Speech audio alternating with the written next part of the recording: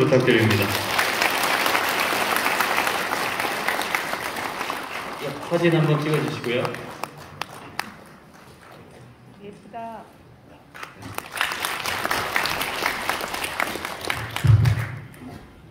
안녕하십니까. 반갑습니다. 나경원입니다.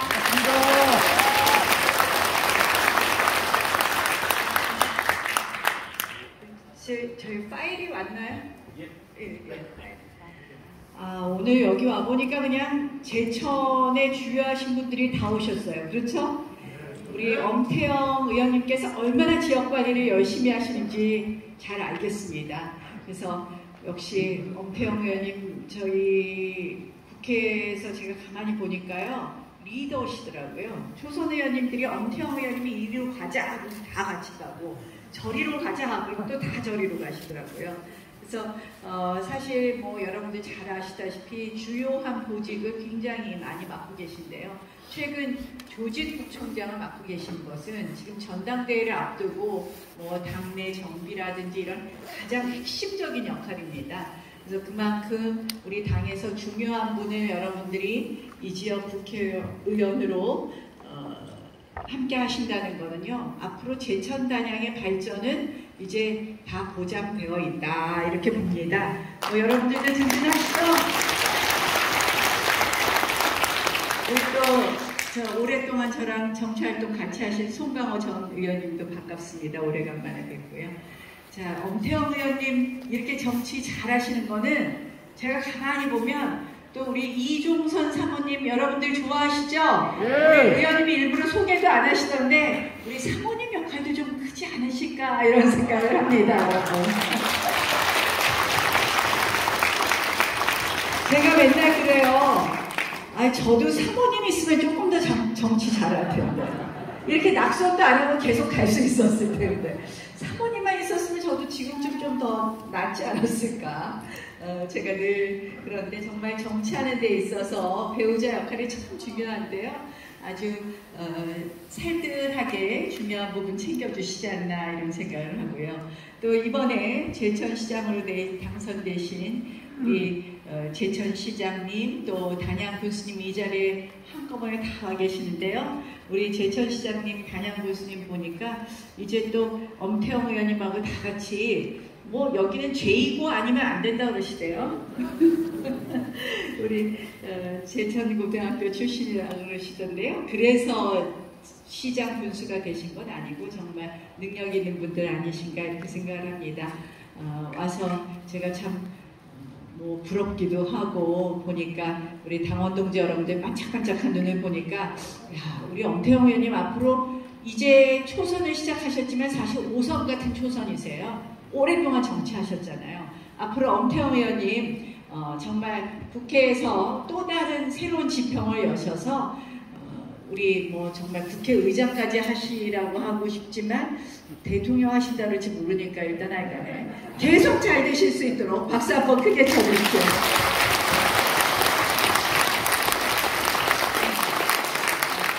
여러분 제가 지금 모자를 2개 썼습니다. 저출산 고령사회위원회 부위원장, 대통령께서 위원장이십니다. 그리고 기후환경대사 이 2가지 모자를 썼는데요. 대통령께서 얼마 전에 인구와 기후 이 2가지 문제는 대한민국의 생존 그리고 인류의 생존이 달린 문제니 좀 챙겨가라 해서 모자를 2개나 주셨어요. 그래서 제가 조금 바쁩니다. 그래서 웬만하면 주중에는 당원교육은 좀 가지 말자 하는데 엄태영 의원님이 그냥 꼬치꼬치 물어보시더라고요. 그래서 할 수 없이 오늘 온다고 말씀을 드렸는데 사실은 또 제가 제천을 사랑해서 왔습니다. 여러분 제가 여기서 인구와 기후가 진짜 중요하다 말씀을 드렸는데 퀴즈 하나 내겠습니다. 지금 대한민국 인구가 5천만 명인 건 아시죠? 네. 그런데 2100년 앞으로 70년쯤 뒤에는 대한민국 인구가 얼마나 될까요? 네? 2500. 네. 3500. 2천만. 네. 2천만 누가 말씀하셨습니까? 정답입니다. 여기 페니 테이블은 안 돼요. 자, 정답입니다, 여러분. 2천만 명. 근데 가만히 생각해 보세요. 끔찍한 일이에요. 3천만 명이 70년 만에 날아갑니다. 대한민국 인구가 반토막도 안 되는 겁니다. 지금 대한민국 인구의 이러한 문제를 해결하지 않으면 어떻게 되느냐? 2006년에 이미 영국 옥스퍼드 대학의 교수들이 예측을 했어요. 전 세계에서 가장 먼저 소멸할 나라는 대한민국이다. 왜냐? OECD 국가 중에서요, 우리 출산율 제일 꼴찌인데요. 그 꼴찌가 어느 정도 꼴찌냐면, 우리가 인구가 둘이 만나서 합계 출산율 2.1명, 적어도 2명보다 조금 더 나아야지 인구가 유지되는데, 지금 대한민국 인구는요, 합계 출산율 0.8명을 올해 깨진다고 합니다. 0.8명이 깨진다고 합니다. 결국 둘이 만나서 0.8명 나으니까 지금 이제 대한민국에 올해 태어나는 아이들 숫자는 20만 명대예요. 2000년대부터 2016년까지만 해도 40만 명씩 태어나다가 지금 20만 명씩 태어납니다. 1990년대에는 60만 명씩 태어났습니다. 우리가 1960년대에 너무 아이들이 많다고 그때 인구표는 뭐였냐 다 기억하실 겁니다. 덮어놓고 낳다 보면 거짓골을 못 면한다. 이런 게 60년대 인구표였는데요. 근데 우리가 인구정책을 잘못해서 90년대까지도 하나만 낳자고 그랬는데요. 우리 인구는 이미 1980년대부터 저출산으로 들어가고 2001년부터 초저출산이 돼서 자 2025년이 되면 4명 중에 하나가 65세 이상, 2035년이 되면 3명 중에 하나가 65세 이상입니다. 그래서 제일 중요한 게 지금 인구 문제를 해결하는 거다. 그래서 누가 그러더라고요. 어디 가서 강연할 때 50세 안 되신 분들은 하나씩 더 낳으시라고.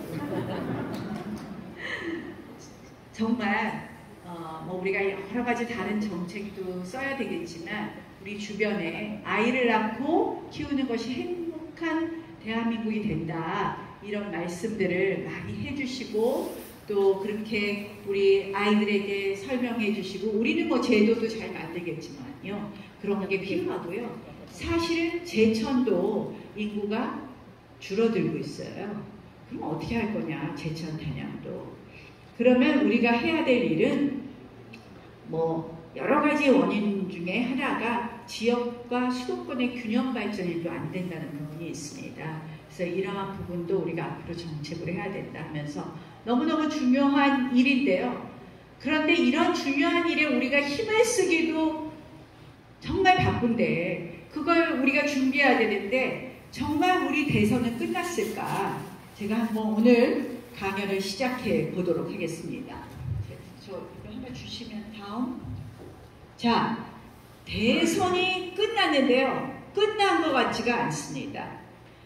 대통령 취임 6개월도 되기 전부터 저들은 뭘 했냐? 주말마다 촛불 집회를 했습니다.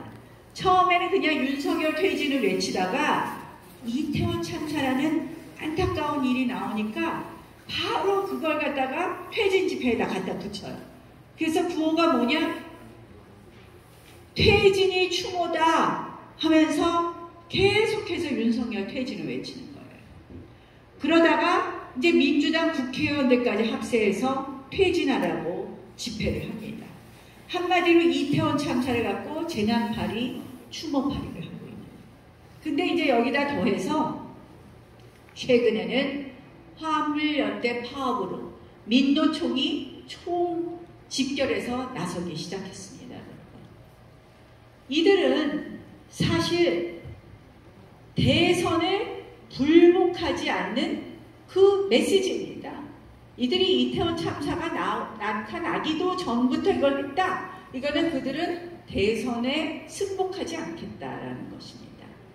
그러면서 사실은 어떻게 보면 이런 중요한 우리 정부의 중요한 아젠다들은 외면하고 이들은 어떻게든지 윤석열 정부를 좀 기스낼 거 없을까? 윤석열 정부 끄집어낼 거 없을까? 이런 생각만 합니다. 다음 봐보십시오. 저를 주시면 네, 감사하겠습니다. 아이고. 자, 보세요. 윤석열 정부를 맨날 기스낸다는 게 대통령께서 외국만 나가면 뭐 꼬투리 잡아요. 뭐 여러분들 다 기억하실 겁니다. 뭐 꼬투리를 그리고 김건희 여사 꼬투리를 잡는 거예요. 지난번에 처음에 뭐 순방하셨을 때도 그랬고, 이번에 영국영 조문하고 나토에 동행했을 때도 그랬고, 또 김건희 여사 이번에 아세안 정상회담 가고, 그리고 G20 정상회담 갔을 때도요, 무슨 바이든 대통령 팔짱 꼈다고 무례하다 그러는데요. 여러분, 제가 보니까 무례한 거는 아마 다 기억하실 거예요. 옛날에 김정숙 여사 대통령하고 라오스 순방 가갖고 대통령이 누군지 모르겠더라고요. 본인이 먼저 가서 손 흔들고 다녔던 거 기억하시죠? 네. 그런 게 무례한 거 아닙니까, 여러분?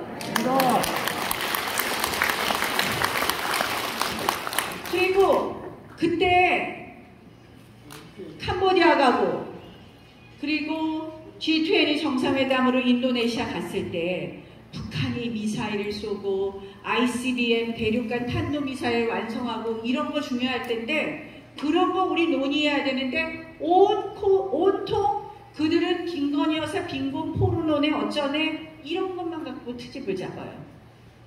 다 이런 것도 다 성희롱 아닙니까, 여러분? 이게 학술 용어라는 뜻으로 썼겠습니까? 아주 고약한 사람들입니다. 그건 뭐냐? 우리 대선 결과를 인정하지 않겠다는 겁니다. 그러다 보니 이들의 촛불 집회의 성격은 뭘까? 저는 결국 습관적이고 반복적인 이 촛불 집회는 대선 불복의 메시지이다 라고 볼 수밖에 없다. 여러분 한번 쭉 봐보세요. 이명박 대통령 당선되셨을 때 얼마 되지도 않아서 뭐 했습니까? 그들이 소고기 촛불 시위했었죠. 그때 얼마나 그랬어요? 뇌숭숭 구멍타 미국산 소고기 먹으면 죽는다 그랬잖아요. 광우병. 그런데 지금 아마 미국산 소고기는 쟤네들이 더 많이 먹는 것 같아요. 우리는 저 한우 먹으려고 그러지만 미국산 소고기는 쟤네가 더 많이. 그것뿐만 아닙니다. 박근혜 대통령은 또 세월호 참사 촛불 집회를 했고요. 항상 습관적으로 정권을 흔듭니다. 자, 이러한 것이 어떻게 가능할까? 정권 교체가 사실 제대로 안 됐기 때문에 더 가능하다. 아까 엄태웅 의원님이 많이 말씀하셨어요. 대한민국 국회에 민주당이 압도적인 다수입니다. 압도적인 다수. 그래서 여러분들 윤석열 대통령 당선되고 나서 꼭 통과시킬 법안, 우리가 새 정부가 출범했기 때문에 새 정부의 국정 철학을 실현할 법안 77건을 제출했습니다. 아까 엄 의원님 말씀하신 것처럼 단 한 건도 통과를 시키지 않았습니다. 또 예산도 어떻게 하고 있느냐? 여러분 잘 아실 거예요. 문재인 정권 때 했던, 우리가 알잖아요. 지들이 해먹었던 그 태양광. 그 2천억 해먹었던 태양광 사업은 이번에 다 갖다 예산에다 집어넣었어요. 그리고 우리가 하겠다는 소형 원자로 원전 산업은 전부 다 깎아버리고 있습니다. 그러니 국회에서 일을 하려고 해도 할 수가 없어요. 본인들이, 저는 그 국회 선진화법이 정말 잘못됐다고 생각을 하는데, 그 국회 선진화법을 악용을 계속해서 한마디로 이 국회에서 본인들이 합의라는 건 없어지고 본인들 마음대로 합니다. 무조건 표결이에요. 무조건 표결하다 보니까 본인들이 숫자 좀 많다고 자기 마음대로 하게 됩니다. 자, 국회에 그들이 차지하고 있죠. 자, 한번 방송 봐보십시오. MBC 뭐 탑승기에 탔네 안 탔네 뭐라고 하는데, 여러분들 뭐 탑승기에 탄 게 좀 너무 과하지 않냐 이런 말씀들 하시는 분들이 있을 수 있지만, MBC가 과연 공영방송이라고 할 수 있을까요, 여러분? 여러분들 MBC 많이 보세요? 제천은? 하나도 안 아니 왜 봐요. 반응이 없으세요? 안 보기 때문에 그래. 아니 쓸데없는 얘기 뭐하러 하냐? 당연히 안 본다. 자, MBC는요 사실은 저희가 이제 이 대법원 판례 같은 게 좀 문제인데 이 언론이 보도하는 건 선이다. 그래서 모든 것을 공공의 이익을 위한 것이다. 국민의 알 권리다 하면서 언론이 왜곡한, 의도적으로 왜곡한 보도를 다 무죄를 줍니다. 여러분들 잘 아시는 소고기 촛불 시위 광우병 관련된 MBC PD 수첩도 대법원에서 무죄를 받았어요. 그러니까 이들은 늘 왜곡 방송을 하는 겁니다. 뭐 이번에 우리 대통령 순방 갈 때도 그랬지만요. 저도 MBC한테 많이 당했어요. 제가 그 2020년 21대 국회에서 낙선을 했는데 그때 저들이 제일 무서워하는 사람이 나경원 원내대표 아니었습니까? 2019년에 여러분들과 함께 광화문 가서 조국 물러나라 투쟁했을 때 우리 당 지지율이 제일 좋았고요. 그리고 패스트트랙 투쟁을 했을 때 우리 당 지지율이 제일 좋았습니다. 5월 초하고 10월 초. 저를 떨어뜨리려고 MBC 스트레이트라는 45분짜리 방송에서 11월, 1월, 2월 세 번을 45분씩 방송을 했어요. 세 번째 방송하고 나니까 딱 10% 여론조사가 떨어지더라고요. 근데 그들은 그렇게 과감하게 해도 법원에서는 하나도 무죄를 해주지 않습니다. 저는 대통령께서 이번에 그런 조치를 하신 건 불가피한 거였다. 이렇게 MBC뿐만 아니라 거의 많은 방송이 민노총에 의해서, 민원연에 의해서 장악이 돼 있습니다. 제가 아까 말씀드린 것처럼 대통령께서 G20 정상회담, 아세안 정상회담을 순방했을 때 북한이 ICBM 대륙간 탄도미사일, 그건 뭡니까? 미국의 서부의 알래스카 그리고 LA의 모든 미사일 방어 체계를 무력화시키고 핵탄두를 실은 미사일이 뉴욕까지 날아갈 수 있는 걸 완성하고 7차 핵실험을 앞두고 있었기 때문에 그때 우리 방송에서 토론해야 될 주요 주제는 야, 지금까지처럼 한미 동맹으로 우리 확장적 전략, 확장적 억제 정책으로 북한의 핵을 막을 수 있어? 아니면 나토식 핵 공유를 해야 돼? 전술핵 배치를 해야 돼? 아니면 우리가 핵 무장을 해야 돼? 이런 걸 논의를 하고 그때 대통령께서 순방에 갔을 때 한미일 정상회담을 하고 한일 정상회담을 하고 3년 반 만에 한중 정상회담을 하고 이런 걸 보도해야 되는데요. 단 한 건도 그런 보도와 그런 토론을 하지 않습니다. 그때 방송에 나오는 토론과 보도의 내용은 주로 김건희 여사 빈곤 포르노네 아니네, 조명을 켰네 안 켰네 그런 것만 하고 있습니다. 그러니 여러분 이렇게 방송이 왜곡되어 있고 장악되어 있으니 대통령 지지율이 제대로 나올 수 있었겠습니까 여러분? 당연히 나올 수가 없는 거예요. 국회 그렇게 돼 있죠. 방송 그렇죠. 세 번째로 공공기관 장도 아직도 그들이 다 장악하고 있어요. 한마디로 장차관 겨우 바꿨지 공공기관장들은 그대로 차지하고 있으니까 국정 철학이 도대체 반영되지도 않고 수행되지도 않는 겁니다. 그래서 저는 아직도 이렇게 정권교체가 안 돼 있기 때문에 대통령 지지율이 그렇게 국민들한테 확 다가가지 못하고 제대로 어떻게 보면 일하시는 게 알려지지 못했다. 최근에 다행인 것이요. 화물연대 파업에 대해서 국민들께서 이거는 지금 사실 대한민국 경제가 굉장히 어렵습니다. 지난 11월만 해도 수출이 작년보다 14%나 줄어들었어요. 이런 상황에서 화물연대 파업에 대해서는 국민들께서 잘못됐다는 것을 인식하고 여기에 대해서 대통령께서 법과 원칙에 따라 대응하는 것에 대해서 박수를 쳐주면서 오늘 드디어 지지율이 38%까지 나왔습니다.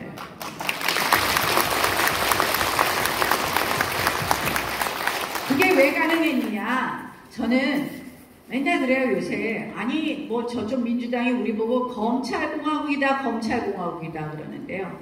검찰공화국이 아니라 법과 원칙을 소중히 하는 법치공화국을 대통령께서 추진하시기 때문에 그래서 지지율을 지금 올리고 있다 이렇게 생각을 합니다. 여러분, 이 법치공화국 실현해야 되는 거 아니겠습니까? 여러분, 이거는 정말 법과 원칙에 대한 신념이 대한민국을 구할 수 있다라는 그런 신념에서 시작한 거다 이렇게 생각을 합니다. 여러분들 엊그저께 축구 재밌게 보셨죠? 네. 내일 새벽에 이제 새벽 4시에 또 하죠? 우리 브라질하고. 오늘은 일찍 주무셔야 돼요. 일찍 주무셔야 되는 거 아시죠? 자, 지난번에 우리 16강 확정이 되고 나서 손흥민 선수한테 물어봤어요, 인터뷰를. 자, 승리의 원인이 뭐냐? 물어봤더니 손흥민 선수가 이렇게 얘기했습니다. 승리할 수 있다, 이길 수 있다는 신념을 끝까지 놓치지 않았기 때문입니다. 많은 국민들이 우리가 이길 거라고 생각 안 하셨을 겁니다. 그러나 우리 선수들은 그 이길 수 있다는 신념을 끝까지 놓지 않았다. 저는 우리 윤석열 대통령께서 앞으로 하실 일은 저는 방향이 다 맞다고 생각합니다.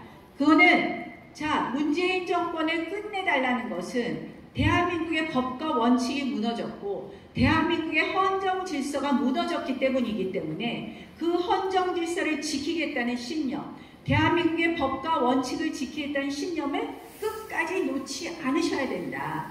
근데 이미 화물연대 파업에서 보여주신 대통령의 모습은 바로 그 신념을 놓지 않는 거였다.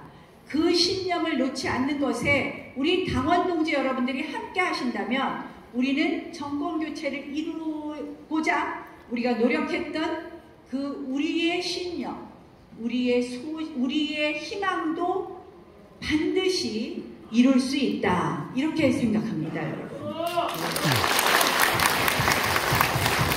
그래서 저는 이렇게 상황이 어렵기 때문에 정말 대통령께서 열을 하셔도 하나밖에 제대로 안 알려집니다. 그걸 알릴 수 있는 분들은 누구냐? 바로 당원 동지 여러분입니다. 여러분들께서 우리가 대한민국을 위해서 바른 길을 갖고 있다는 신념을 버리지 마시고 여러분들이 그 역할을 해달라, 그거 말씀드리고 싶습니다. 그렇게 해주시겠죠? 네. 자, 이렇게 정권 교체가 안 됐기 때문에 저희는 정말 그 신념으로 총선 승리 때까지는 정말 우리가 함께 일로 매진해야 된다. 그렇게 해서 총선이 승리해야지 우리가 그 다음에 할 수 있는 역할들을 할 수 있다. 그 총선 승리의 돌풍은 제천부터 시작하면 된다. 이렇게 생각하는데 어떻게 생각하십니까? 그래도 제천이 우리 동작보다는 좀 낫더라고요. 훨씬 낫더라고요. 제천에서 엄태원 의원님 한 90% 당선돼야지 저도 그 덕을 좀 볼 것 같은데 그렇게 해주시겠습니까? 네, 저희는 정말 그 길까지는 굉장히 어려울 겁니다. 다행히 화물연대 파업도 이번에 대통령께서 법과 원칙에 따라서 대응을 하니까 여러분들 보십시오. 철도 파업 철회했습니다. 그리고 이제 지하철 노조도, 서울 지하철 노조도 합의했습니다. 하나 둘씩 거기서 떨어져 나오고 있습니다. 저는 대통령께서 그러셨잖아요. 쇠구슬로 통상적인 운행을 제기하는 사람들을 불법적으로 조직폭력배처럼 불법을 행사하는 것에는 단호하게 하겠다. 이런 법과 원칙적인 대응이 이 민노총을 흔들고 있다. 우리 대한민국의 정말 암적 존재입니다. 이 민노총을 흔들어야지만 이제 대한민국의 경제도 살고 대한민국의 헌법 가치도 살릴 수 있다. 그 길에는 대통령이 앞장서시고 당원들이 함께 해야 된다. 이렇게 봅니다, 여러분. 그렇게 해야지 총선 승리도 할 수 있다. 자, 여러분, 그런데 저는 총선에 승리해야 되는 것은 아까 말씀드린 것처럼 대한민국의 헌정 가치를 지키고 우리 대한민국의 자유민주주의를 지킨다는 점에서 중요하지만 또한 가지 측면에서는 절대 안 되는 민주당에게 의석을 줄 수 없기 때문에, 절대 안 되는 민주당에게 다시는 정권을 내주어서는 안 되기 때문에 저는 우리가 총선까지 더 일로 매진해야 된다라는 말씀을 드리고 싶습니다. 왜 민주당이 절대 안 되냐? 저는 헌법의 틀 안에서 좀 더 이 자유와 평등의 가치 중에서 자유를 더 강조하는 보수정당, 또 평등의 가치를 좀 더 강조하는 진보정당이 있다면 우리가 건강하게 경쟁하는 건 나쁘지 않다고 생각을 합니다. 근데 대한민국의 정당은 불행하게도 헌정 질서 안에서 좀 더 자유와 또는 좀 더 평등을 강조하는 보수 진보 정당이 있는 것이 아니라, 민주당은 한마디로 헌법의 틀을 벗어나는, 저는 종북 친북 집단이다 라고 밖에 정의할 수가 없습니다. 그래서 안 됩니다. 왜?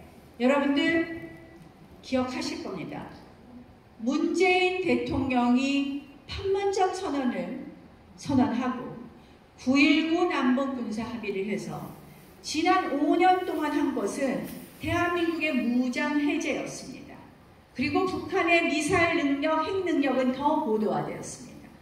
그럼에도 불구하고 여러분, 최근에 미사일 쏘고 핵 실험한다니까 민주당 의원들 아직도 이래요. 북한이 오죽하면 핵을 갖겠느냐? 아직도 그런 얘기하고 있습니다. 우리가 얼마나 무장 해제를 당했으면, 얼마 전에 강릉에서 우리 뭐 하다가 포가 뒤로 날아갔잖아요. 그동안 우리 한 번도 제대로 군사훈련도 하지 않았습니다. 그들의 목적은 제가 예전에 원내대표 때 이미 얘기했습니다. 북한 김정은의 수석 대변인이다.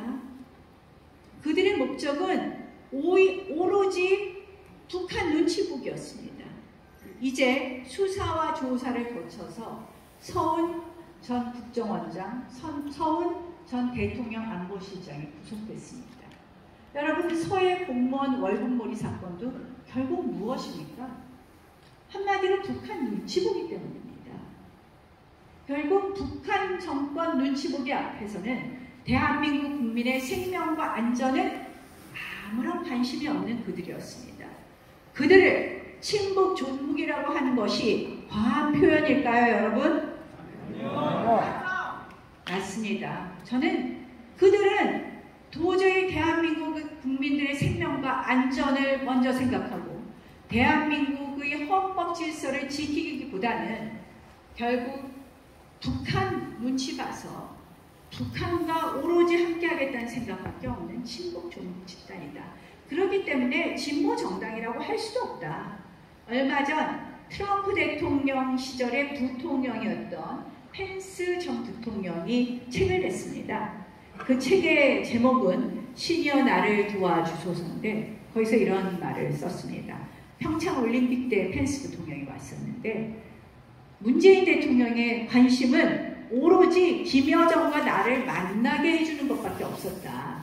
그래서 나는 20분이나 밖에서 기다리다가 늦게 들어갔고 내 등 뒤에 있는 김여정과 단 한 번도 눈길을 주지 않았다라고 이야기합니다. 제가 판문점 선언 직후에 놀라서 미국에 가서요. 백악관 안보실장을 만났습니다. 저는 평의원이었는데 저는 이거 큰일 났다. 종전선언하고 평화협정, 트럼프 대통령은 사실은 굉장히 돌출적이기 때문에 안 되겠다. 백악관 안보실장을 다짜고짜 만나자 그랬습니다.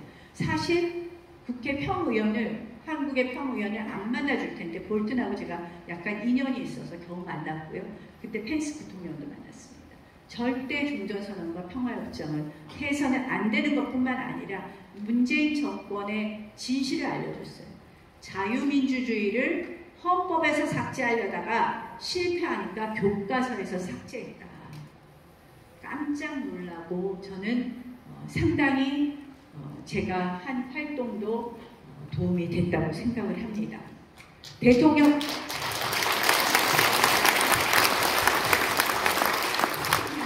대통령께서 최근에 이 말씀하셨습니다.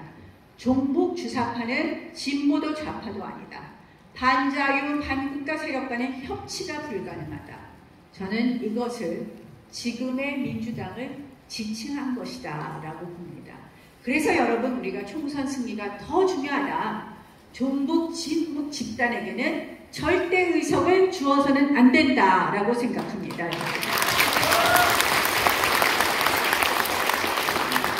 두 번째 이유는 민주당은 한마디로 본인들의 자리를 본인들의 이권으로만 생각하는 부도덕한 범죄 집단이다라는 것입니다. 여러분들 여기 있는 사람들 얼굴 보기 싫으시죠? 빨리 넘겼으면 하시죠? 맞습니다. 맞습니다. 이재명 당대표 뭐 더 설명할 필요가 없고요. 그냥 막 넘어가네요. 빨리 넘겼으면 좋겠다. 뭐 윤미향 의원은 팔 게 없어서 위안부 할머니를 팝니까 여러분? 심하죠? 자, 뭐 아까 태양광끼리 말씀도 드렸지만 태양광을 진짜 무슨 신재생 에너지를 발전시키기 위해서 하는 게 아니라 그걸로 2천억 해먹고요. 우리는 아직도 신재생 에너지 비율이 6%밖에 안 됩니다. 대한민국에서 사실은 태양광은 쉽지 않은 신재생입니다. 그런데도 갖다 돈을 퍼붓고 원전 생태계를 완전히 망가뜨렸습니다. 정말 본인들 이속밖에 생각하지 않는 이 집단. 최근에 이정근 서초당협위원장이 구속이 됐어요. 10억 받았다고. 어마어마해요. 근데 판도라의 상자라고 합니다. 조금 있으면 처음 이정근과 관련돼서 노웅래 국회의원이 압수수색을 당해서 3억 5천인가 돈이 나왔고요. 그건 시작이고요. 자, 충청북도의 노영민 실장도 지금 수사받고 있습니다. 아마 문재인 정권의 여러 가지 비리가 하나하나 나올 것이다.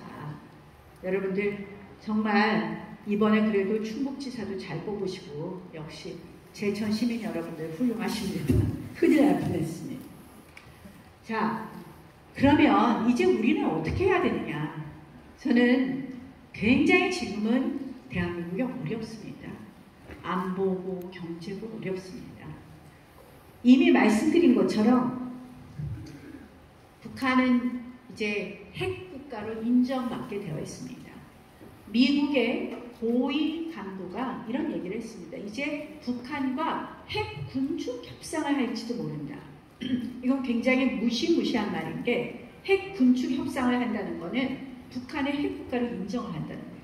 미국 국무성과 오늘 제가 제천에 와서 너무 좋아서 그런지 이 목이 자꾸 메네요. 죄송합니다.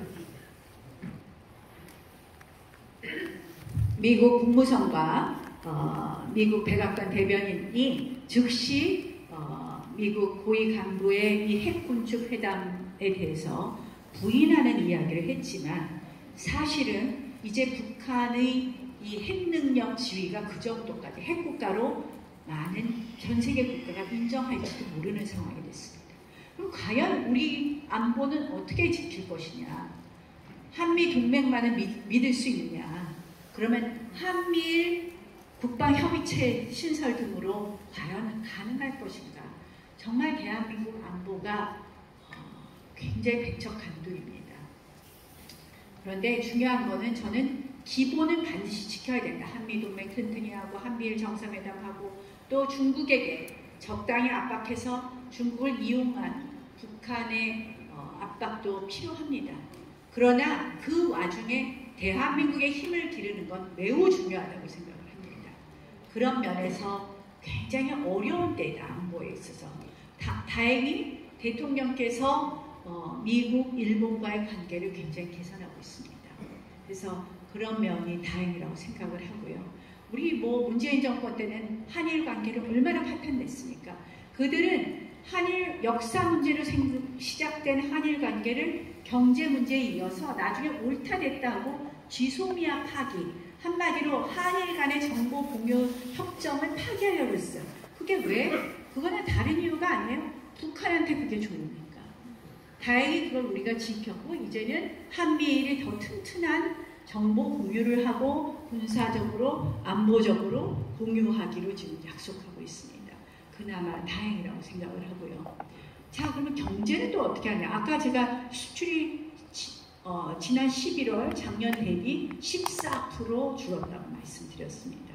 이제 수출은요 우리 대한민국은 수출 의존국인데 쉽지 않은 것이 같은 편끼리 먹지 않으면 앞으로 우리가 원자재를 수입할 수도 또 우리가 수출할 수도 없습니다. 미국은 역시 미국도 자기 국익이 중요하니까 IRA, 인플레이션 감축법이라고 그러면서 우리 기업들이 한마디로 중국이나 이런 쪽에 부품을 쓰는 기업을 그런 걸 못 쓰게 하고 있습니다. 그런데 다만 이 IRA 법은 굉장히 우리 기업에게 지금 준비하지 않았는데 갑자기 한마디로 뒤통수를 친 법이라서 제가 이번에 기후변화 총회에 가서도 미국의 백악관 선임고문하고 이야기를 했지만 IRA 법은 우리가 거세게 항의해서 조금 고쳐질 것 같습니다. 어쨌든 이런 와중에 우리는 경제 안보 동맹을 할 수밖에 없습니다. 그래서 안보나 경제에서 우리가 유능함을 보여야 될 것이고요. 그 다음 마지막으로는 제가 아까 말씀드린 인구와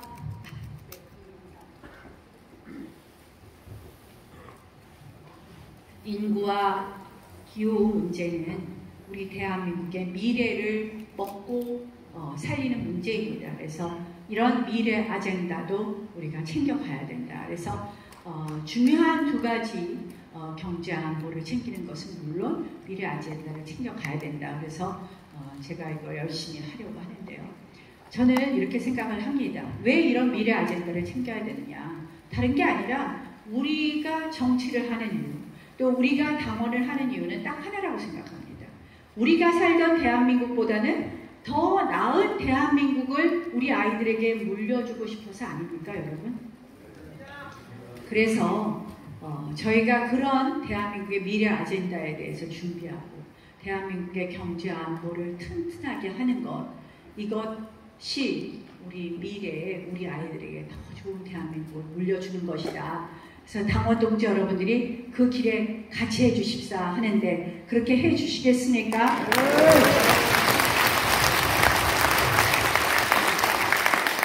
제가 정치를 하다 보니까 생각보다 오래 했더라고요.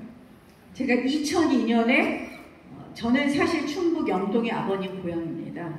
2002년에 처음 판사하다가 이제 여기 어리버리하게 정치권에 왔다 2004년부터 그렇게 있었는데 그러니까 얼추 20년 했어요. 근데 사실은 참 우리가 이렇게 굴곡이 있었지만 참 보면 늘 우리 대한민국의 미래를 위한 우리 아이들에게 더 좋은 대한민국을 물려주기 위한 가치를 가지고 있는 정당은 우리 정당이다 해서 저는 보수정당을 선택했고 늘 당에서 여러분들하고 희노애락을 같이 했습니다.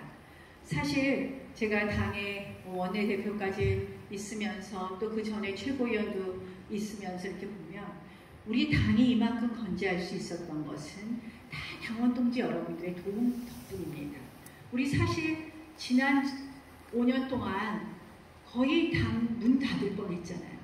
그때 그래도 우리 당을 지켜주신 분들이 바로 당원 동지 여러분들입니다. 그래서 제가 이 자리를 빌어서 깊이 감사드리고요. 그럼에도 불구하고 우리 당이 늘 당을 지키고 또 당을 위해서 헌신한 당원 동지 여러분들께 그만큼 대우를 못 해드리는 것 같아서 안타깝기도 합니다. 또 우리 보수정당이 늘 뭐 때만 되면 새 사람은 찾으면서 고생하신 분들에 대해서는 그만큼 위로해드리지 않는 것 같아서 좀 의리가 없다 이렇게 얘기를 많이 하는데요. 우리 엄태영 의원님도 그래서 좀 고생도 많이 하셨었는데요. 우리 당이 더 의리 있는 정당이 되고 우리 당원들이 더 존중받는 정당이 되는 것이 저는 앞으로 우리 당이 가야 될 길이다. 그래야지만 튼튼한 힘을 가진 정당이 돼서 대한민국의 미래를 정말 보수의 가치로 제대로 만들어 갈 것이다 이런 생각을 해봅니다. 그렇게 하기 위해서는 사실 누구 한 사람의 힘만으로 되는 건 아니고요. 당원 동지 여러분들의 총의가 모아져야 될 것 같습니다. 이 자리를 빌어서 오랫동안 당을 지켜오신 여러분들께 다시 한번 감사드리고 우리가 그 총의를 모아서 윤석열 대통령 반드시 성공하는 대통령 만들어 드리고 그렇게 해서 다음 정권도 재창출할 수 있도록 도와주시길 바라겠습니다. 고맙습니다.